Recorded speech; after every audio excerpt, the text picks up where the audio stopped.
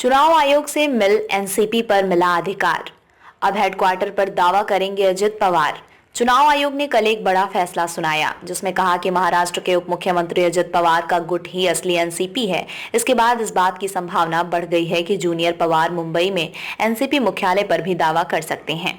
आपको बता दें कि एनसीपी के कार्यालय सरकार द्वारा पार्टी को दिया गया था। ये पार्टी के कल्याण कोष से नहीं है। सूत्रों के मुताबिक अजित पवार गुट आधिकारिक तौर पर अपनी मांग रख सकता है ताकि पार्टी कार्यालय उन्हें कानूनी तरीके से दिया जा सके। चुनाव आयोग के फैसले से अजित पवार और पार्टी संस्थापक और उनके चाचा शरद पवार के बीच गुटिया लड़ाई को लेकर कई महीनों से चल रही अटकलें खत्म हो गईं। चुनाव आयोग के फैसले पर प्रतिक्रिया व्यक्त करते हुए अजित पवार ने कहा कि वो उनके गुट को असली एनसीपी घोषित करने के चुनाव आयोग के फैसले को विनम्रता के साथ स्वीकार करते हैं। उन्होंने कहा कि उनके साथ के 50 विधायकों ने न्याय मांगने के लिए चुनाव आयोग से संपर्क किया था और वे सभी अपने पक्ष में फैसले के लिए आभारी हैं। महाराष्ट्र के उप मुख्यमंत्री ने कहा, हमारी पार्टी का नाम, प्रतीक और झंडा अब हमें आवंटित कर दिया गया है।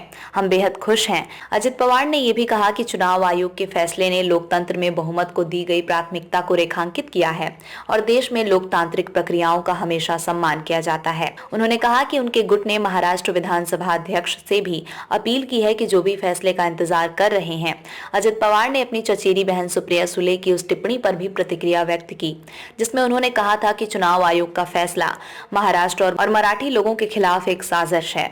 अजित पवार ने कहा, हम सभी मराठी हैं, इसलिए मराठी लोगों के साथ विश्वासघात का सवाल कहां है। हम इस पर टिप्पणी नहीं करना चाहते कि दूसरे हमारे बारे में क्या कह रहे हैं। जयंत पाटिल ने कहा कि शरद पवार खेमा सुप्रीम कोर्ट जाएगा। इस पर प्रतिक्रिया व्यक्त करते हुए महाराष्ट्र के उप मुख्यमंत्री ने कहा, लोकतंत्र में हर किसी को सुप्रीम कोर्ट या किसी अन्य प्राधिकरण के पास जाने का अधिकार है।